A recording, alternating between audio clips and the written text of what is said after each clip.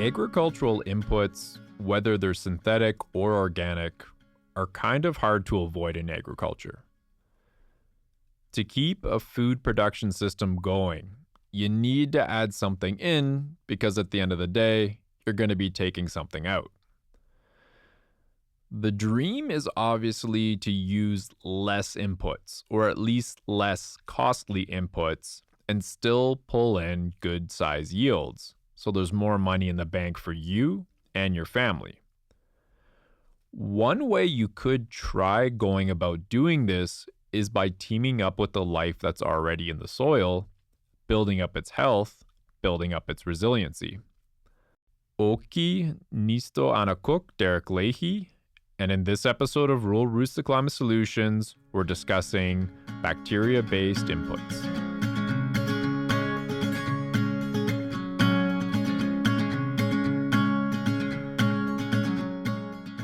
Oki, and welcome back to the Rural Roots to Climate Solutions series, where we look at the on-farm or on-ranch climate solutions that are good for the land, good for agriculture, and are a good fit with Blackfoot ways of knowing and Blackfoot culture. If you're not a Blackfoot speaker and you're wondering what I said towards the end of the introduction there, it was, "Hi, I'm Derek Leahy in Blackfoot." And if you are a Blackfoot speaker and you're wondering what I said in the introduction there towards the end because my Blackfoot's so bad, it was, "Hi, I'm Derek Leahy in Blackfoot." In this episode, the series host, Lance Tailfeathers, Lance sits down and has a chat with Joshua Day Chief, the CEO of Advanced Ag, based out of Raymond, Alberta, about agricultural inputs, but inputs that nature and the land already provide. So in the case of Advanced Ag, they're in the bacteria business. You'll hear Joshua talk about something called ACFSR in the interview. That's the bacteria product that Advanced Ag has developed. Lance and Joshua are both members of Kainai Nation. All of us at Rural Roots are super pumped about relaunching this series and to be working with Lance again. Lance is a really great guy to work with. If you've listened to episode 49 with Dr. Leroy Littlebear, episode 48 with Mike Brucehead, or episode 44 with Cyrus and Roy Weaselfat, you've already listened to some of Lance's work. Also, when I was scripting this episode and writing quite excitedly about relaunching the series, it hit me, we never really came up with a great name for the series.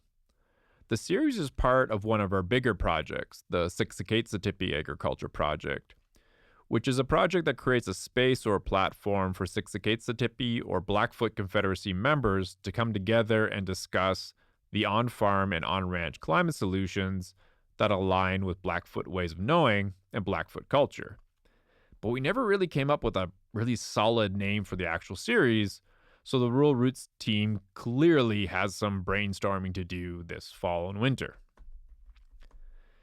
We hope you enjoy the episode and the conversation between Lance and Joshua around working with natural processes to the benefit of agriculture. And by the way, Season 4 of the Rural Roots to Climate Solutions podcast has officially begun.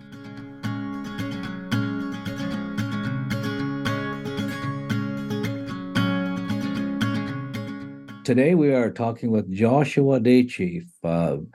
So before we get started here, Josh, maybe just tell us a bit about yourself and what your present occupation is. We own a biotech company out in Raymond, Southern Alberta.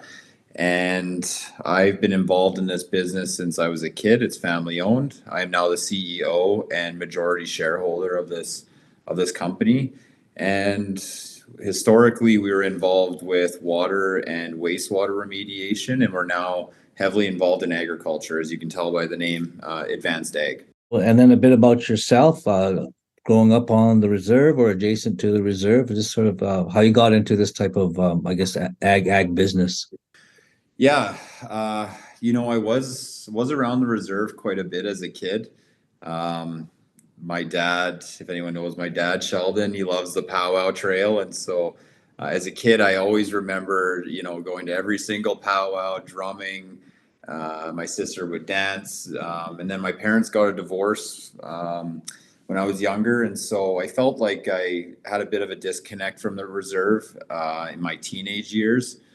But it's kind of cool now because I've reconnected with a lot of family now that I'm a little bit older and things like that. But in terms of the business itself, my mother actually started it in 2001, which puts that 22 years old now. Mhm. And so, like I said, as a kid, I just always remember helping out with the business wherever I could, stamping brochures, carrying product around. Some would call it child labor, but I think it's great. I think it's great for kids Yeah. to be involved in that entrepreneurial family. And yeah, so, I've just always been involved in it. Like I said, we started off with water and wastewater. It's been a really long journey, but the last few years have been really, really exciting with the work we've done in agriculture. And you know what? Coming from a First Nations background, there's just that whole side of things. I mean, we were the first environmentalists. We were the first people to take care of our land. And, you know, call it coincidence or not, it's just something I've always been passionate about. Even when I went to school before I even knew I wanted to work in the business, I knew I wanted to be involved in environmental science or doing something to help our environment. Because ultimately, I think that's where we need to get back to as people. Mhm. Cool. So going back to advanced ag, I know that's what you guys are operating now. So maybe just I guess some trivia as to how that all started, like just from the get-go. Yeah, really just started as an idea. Mom doesn't like it when I call it a hobby, but really that's what it was. She was actually a college instructor at the Lethbridge College as a technical writing instructor. And she had a bit of a side hustle, knowing her entrepreneurial spirit. And it was focused on helping entrepreneurs do technical writing. So she was working with some pretty cool entrepreneurs out there that were looking at business plans and brochures and really any type of technical writing as a business. And she stumbled across one business idea. There was a gentleman down in Florida that was wanting to use bacteria to clean up the Everglades. She kind of looked at that and she said, "That's kind of interesting. It sounds cool that you have a natural way to clean up bodies of water." And, just naively, she asked, "Hey, is there anyone up here in Canada doing this?" And he said, "Well, why would you want to treat bodies of water that are frozen all the time, right? People in down the southern states don't really know that. We actually have nice weather up here sometimes."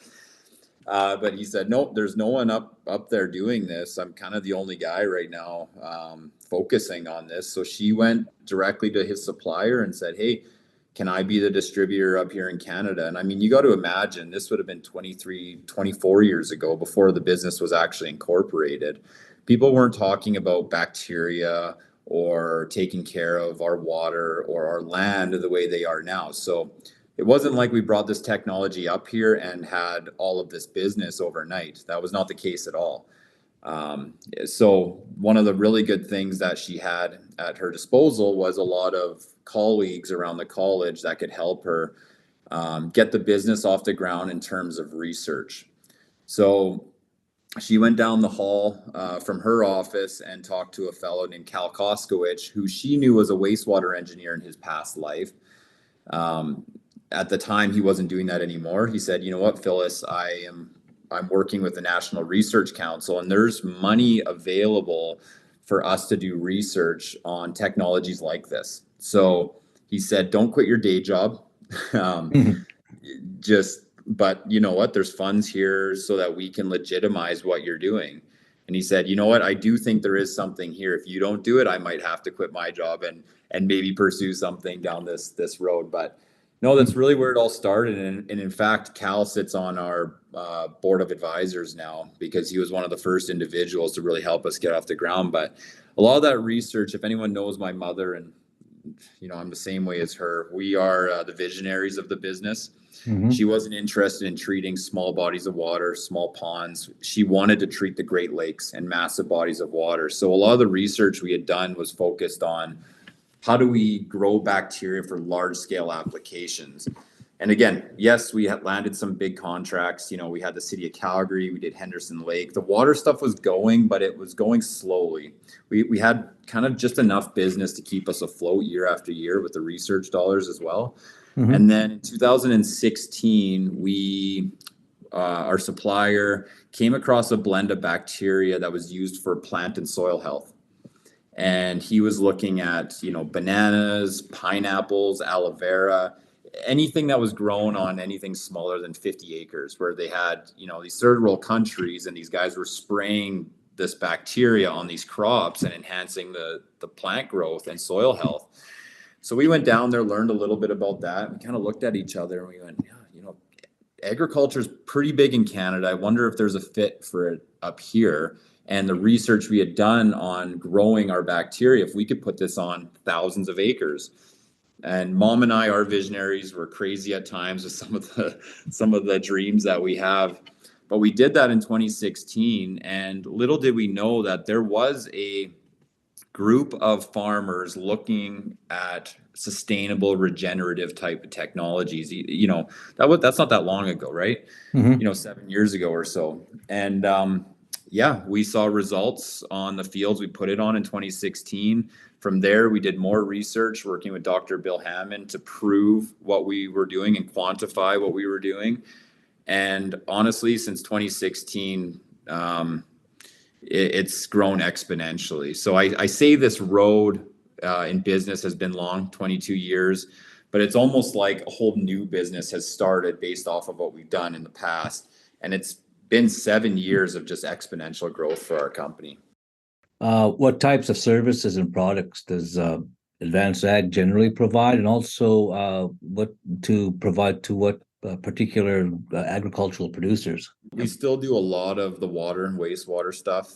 It's actually growing substantially. Our products have developed quite a bit. So we treat a lot of private lakes in the city of Calgary. We work with a lot of municipalities on their storm retention ponds, as well as golf courses, things like that. Hutterite colonies all have dugouts. Farmers have dugouts.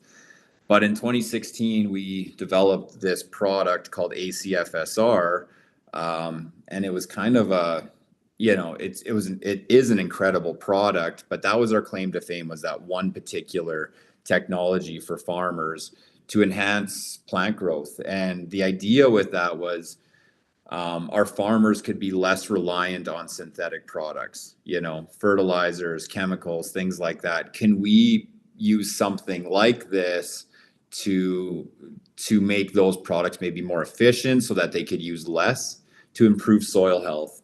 And so since then, that's been the one product that has worked across Canada. We have potato growers using it in New Brunswick, and we have fruit and vegetable growers using it out on the West Coast as well, and in the Okanagan. But our big business is really broadacre farming.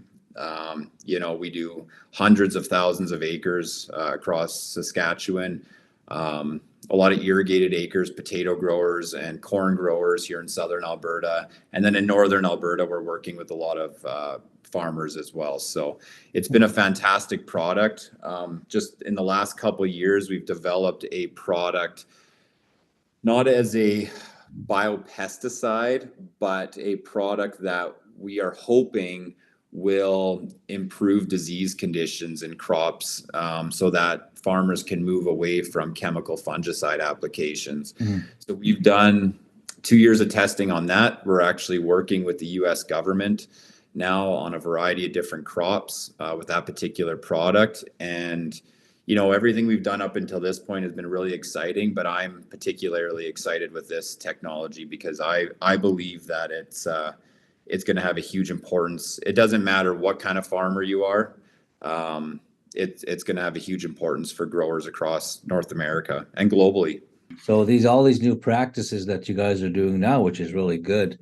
But then I know just from growing up on the reserve and sort of the farmers that come on, some farmers are pretty hard-nosed. So I think maybe the challenges are there those that will just buy into your products, or do you think that they don't really change their ways? I guess not the best practices with that type of fertilizer or type of ag products, just to touch on that. No, I think it's been difficult. I think, when we developed these products, we had some barriers, especially early on, and with good reason. Historically, there have been products out there that have made certain claims that have looked exciting, but really have not worked. And quite honestly, biological products in ag, you go back even 10 years ago, heck, even 5 years ago, even today, we still have a bit of a reputation as a snake oil. And Okay. there's been people out there that have made a quick buck off of farmers. And so, that was the biggest challenge. I think one of the best things we ever did was the first two farmers we dealt with and worked with, I put them in touch with our head scientist right away. And not only can we give them a guaranteed analysis of what's in our product, we were telling them the ingredients. There's products out there even today that say, oh, it's trade secret. We're not telling you what's in our product. Those days are there's going to be less and less of that as we move forward in ag, and farmers are becoming a little bit smarter on what's happening. So, for us to break through that barrier, we did that through research. We partnered with a third party, well-established research group, and we said, hey, look, we have data. Not only do we have data, we went and got a CFIA, Canadian Food Inspection Agency, label. So the Canadian government actually gave us a stamp of approval that, hey, this is a product that has a guaranteed analysis that we approve for crops. And that really helped us grow our market, I would say. Because there are, I guess, what you would call competitors out there, but they weren't able to get those approvals, and they weren't putting the money back into research like we were. So yeah, I mean, especially the older generation of farmers, the people even today, that we work with, they're the younger generation that realize that, hey, what my father and grandfather have done on our land for 100 years, we can't continue to do that. It is not sustainable. So this shift isn't going to happen overnight, but it is happening. It is happening quickly. And I think the barriers now are that, it's just education. If I'm a farmer, yeah, of course I want to improve my soil health so that my kids and my grandkids have the land in a better spot than when I took it over. That's the goal, isn't it? I mean, that's sustainability. There's not one solution to that. There isn't. There's not one silver bullet. There's not one thing that's going to do that. And so how do these pieces fit together so that we can actually achieve it? That's been our focus. So yeah, there's been a ton of barriers. And I'm sure there's still people out there that say, no, this is too good to be true. It's a snake oil. Yeah. But hey, data is data. And if I can show you, hey, we're not the only ones that think this PhD also thinks this. This university also thinks this, the government thinks this, then there's some validity to what we're doing.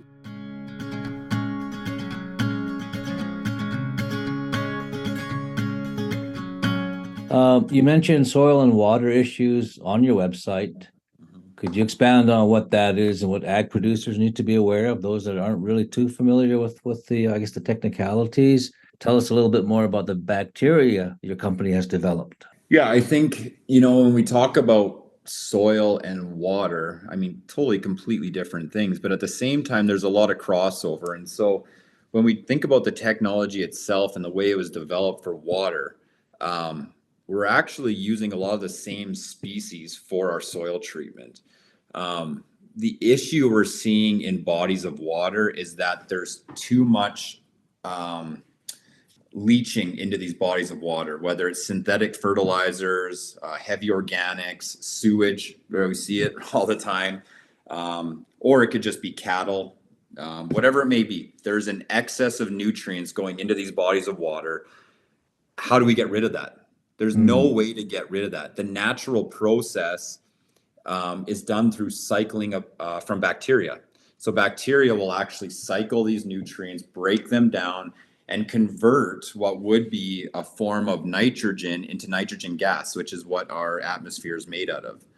Well, cycling in soil environments is actually very similar. A little bit different. The functionalities are a little bit different, but what we're trying to do in the soil is to use what's already there. There is a lot of phosphorus in our soil. Like I said, our atmosphere is made up of, I believe it's 80% nitrogen. There is forms of fertilizer that, is all over the place, but it's not plant available. It's bacteria that make those nutrients plant available. So we are just adding bacteria in to make those ecosystems function naturally better. And so we're able to take a form of phosphorus, for example, in the soil, which would be, tricalcium phosphate, for example. It's everywhere, but plants can't use that. That's not food for plants. Orthophosphate is. It's bacteria that turn it into that orthophosphate. We also have 2 strains of nitrifying bacteria that are literally pulling atmospheric nitrogen into the soil and making it available to our plants. We see the pivot bios of the world do this as well. Bill Gates is a heavy investor in that company. So there are companies in the US that are doing this as well. We are also growing our bacteria using atmospheric carbon. And I believe you wanted to touch on carbon sequestration at some point as well. We are taking atmospheric carbon and driving that into the soil. Now we are trying to quantify what quantities we are bringing into the soil, but that's essentially what we're doing. And everyone, we talk to them about this technology and they're like, man, this is brilliant. How'd you come up with this? This is like next level. This is actually just Mother Nature. This is the processes Mother Nature has given us. We just have disrupted those processes quite a bit. So we're just trying to recharge these aquatic ecosystems and these soil ecosystems with the beneficial bacteria that they need to function properly. The ACFSR, this is what we have used across hundreds of thousands of acres across Canada. It's comprised of 5 different species of bacteria. We have 2 nitrifiers that are fantastic, like I said, at using atmospheric nitrogen, converting plant unavailable nitrogen to plant available nitrogen. We have a species in there called Rhodopseudomonas palustris. It is an incredible bacteria species. And by the way, all of these species are available right on our website. And this was a part of why farmers really bought into our program. We said, here's what we have. And there's research all over the internet on what these do. That particular species is great for carbon sequestration. It can work in heavy oxygen environments or anoxic environments as well. And then we have 2 bacillus species in there as well, which are great for phosphorus solubilization and some of the disease resistance that we see in our plants. So the 5 species we're using really have specific functionalities built into them so that we know what they're going to do. Historically, we've had some really good questions. People saying, well, what if I just grow compost tea? I throw a bunch of molasses and soil and bugs into and bubble it up. Well, I'm going to have millions or trillions of bacteria. I don't want just 5. Well, when you do that, you're going to get the lazy growers that are probably not going to do anything. We know what our 5 bacteria are going to do, and we actually grow them on site. So a farmer will have the ability, they'll get the ingredients, the different bacteria strains, and they will grow those species over a 3-day period of time, so that they're able to take, a box of our stuff that would contain 5 gallons, let's say, of bacteria, and grow that into 300 gallons in 72 hours. We have the right food source, the right nutrient source, and the right processes to be able to do it. In fact, last year, we became the largest pool heater supplier in all of Canada because we're using pool heaters to grow our bacteria. My wife, every time I say that, she gets a little upset because we don't own a pool.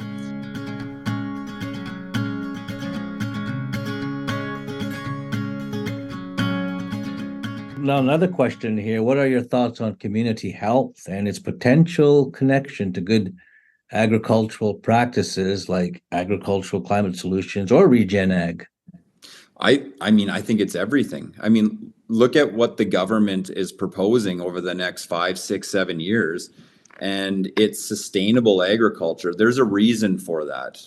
There's statistics out there, and depends what your opinion is, but there are statistics out there that say we need to produce around 60% more food by the year 2050. Well, is that attainable? I'm not too sure, especially when the government's saying we need to reduce fertilizers. I believe that it's not going to be about producing more food. So, I mean, we talk about communities. That could be the Blood Reserve. That's a community. We could be talking about Alberta. But I'm talking like globally as a community. It's not, for me, it's not producing more food, it's producing better food. And I think historically we've relied on synthetic fertilizers and all these products to grow plants above the soil, and we've neglected the soil. The soil is what's going to give us healthy food. It's what's going to give us more nutritious food so that we become healthier. There's a big difference. You go grab a Big Mac from McDonald's, you go eat that, you're probably hungry an hour later. We talk about disease in plants is one thing, but look at the disease that we have, just on the blood reserve, all the health issues that we see. This is, I believe regenerative agriculture is going to not only be able to feed the world better, but I think the ripple effect of that is our health, which is everything.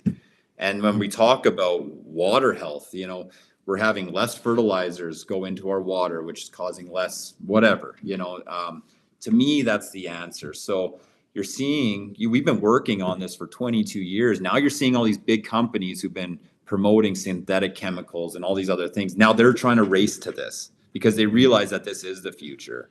I still believe we have a huge competitive advantage. And I do believe these big companies will approach us. They already have a few of them. And they're poking around, seeing what we're doing. But yeah, this is the future. How will a producer benefit from adopting agricultural climate solutions or regen ag? Our audience is primarily agricultural producers in the prairies, but now includes the Blackfoot Confederacy. It would likely be of interest to Blackfoot members who not only farm and ranch on their own, but engage and do business with off-reserve ag producers. That's like a lot of them try to, I guess, farm their own land, and they're out there, I guess, trying to get the best value for their farming. What would you, I guess, encourage or to discuss about that? Before I answer that, I kind of want to back up. And what I've seen as a bit of an issue is that, take the population of Canada, and then take the population of farmers. They are the minority. I mean, and I think the issue is that everything they do is consumer driven. It's the people in the cities that are driving the practices of farmers. I mean, some of the stuff our prime minister has put into place. Do you think he's in touch with farming? Probably not. He lives wherever, Toronto, Ottawa, these big cities, and they don't understand what farmers, what resources they have to implement these regenerative ag practices. You ask any farmer, of course, they don't want to use all these chemicals or all these fertilizers, but they have to. That's what's available to them to run their business, to keep their farm in operation. And just until recently, I mean, the big controversy right now is this proposed mandate that we're going to reduce fertilizer emissions by 30% in 7 years. That, anytime the government says there's a mandate of anything, people get worked up. The reality is that it's doable. I mean, we are working with farmers. We are cutting back their synthetic fertilizers, not because of the mandate, but just pure economics. It's getting more and more expensive to apply these products to your land. Pretty well, we touched on about the First Nations and sort of those challenges about, you talked about the bigger community with Alberta and globally, about doing the right thing as far as growing products. The question I'm going to ask you now is, do you think there's a possible connection between Blackfoot culture and good agricultural practices like agricultural climate solutions or regen ag? Yeah, I mean Blackfoot as a community. I mean, yeah, like I said, I think we were the first people to take care of our land. The original environmentalists, if you will, and uh, part of me, we do a lot of work on the reserve and with farmers who are leasing land and things like that. But I feel like we've just maybe have lost touch with that a little bit. I have land out there I'm leasing out. Do we know these farmers are taking care of our soil, of our land, of our water? I mean, if you were to compare them to the general consensus of farmers, I don't think we've done an incredible job of it. But I'm not going to sit here and knock farmers either, because what have they had available to them to do the best job they could of taking care of that land? And for me, I think from just the perspective of where we need to be going, our confederacy, our people need to be leading that charge in terms of taking care of our land again. And not only taking care of our land, but having everyone invested in their own land too.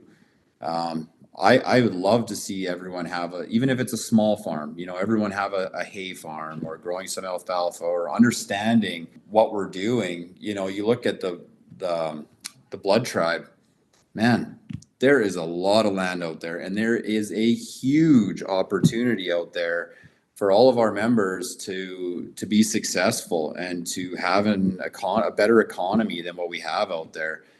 I just feel like, here, borrow our land, reap the benefits from it. It just seems so backwards because we were the first people that were benefiting off the land, and we've just gone away from it. And so, yeah, I mean, I think that in terms of regenerative ag, I really do believe that every farmer wants to leave their land and their soil and their water and everything else in a better spot than when they took it over from their fathers. But how do we do that? And in my opinion, the First Nations people, not just the Blackfoot Confederacy, but all of us need to be leading that charge. That's all the questions I have for this episode. If any other additional comments you'd like to add in that regard? No, I mean, I really appreciate it. I did mention early on in the interview here that I did have a period in my life where I was disconnected from a lot of my family and my heritage. And so, you know what, like I said, I've been involved in this business for a very long time. So my sister and I are trying to go back and give back to the community, whether it's donations, things like that. But I think from a bigger perspective, trying to build some hope and some opportunity out there on the side. Our business, yeah, it's taken a lot of our attention day to day. But we believe that, successful Blackfoot individuals need to be there to uplift the rest of the people and to help them. And so we're trying to build an entrepreneur network out there and be involved in our community a little bit better. Because, hey, I'm fortunate, I got off the reserve and was able to thrive and do whatever, took opportunities to grow a business. A lot of our people don't have that opportunity, right? So we're hoping to at least maybe do some things to change that a little bit. So I really appreciate the time that you've given me to speak about our business. You could probably tell from how much I've mumbled on about our business. I'm very passionate about it, but I am very passionate about our people. I'm hoping one day that I can get back to that even more so.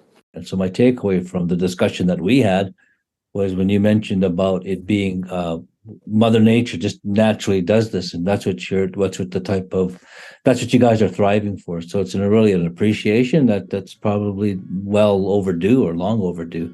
And thanks for taking the time to talk to us today. Thanks, Lance. Appreciate it. Best of luck.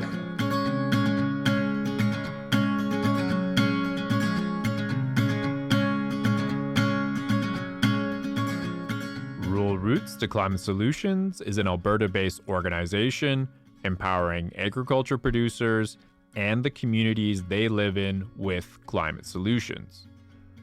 Rural Roots runs workshops, farm field days, webinars, and participant-driven projects like the Siksikaitsitapi Agriculture Project and the Regenerative Agriculture Lab. We also produce a farmer's blog, and of course, we do this podcast. For more information about us and what we do, go to the website, which is www.rr2cs.ca. The rest of the amazing and talented and growing Rural Roots to Climate Solutions team is Cheyenne Younger, Kristen Mountain, Shelley Seed, Susan Solway, and Lance Tailfeathers. The podcast is funded by a variety of Alberta-based funders, and the episode was recorded on Treaty 7 lands and in the Métis Nation of Alberta Region 3. Happy farming wherever you are in Alberta. And remember, what's good for the climate is good for the farm.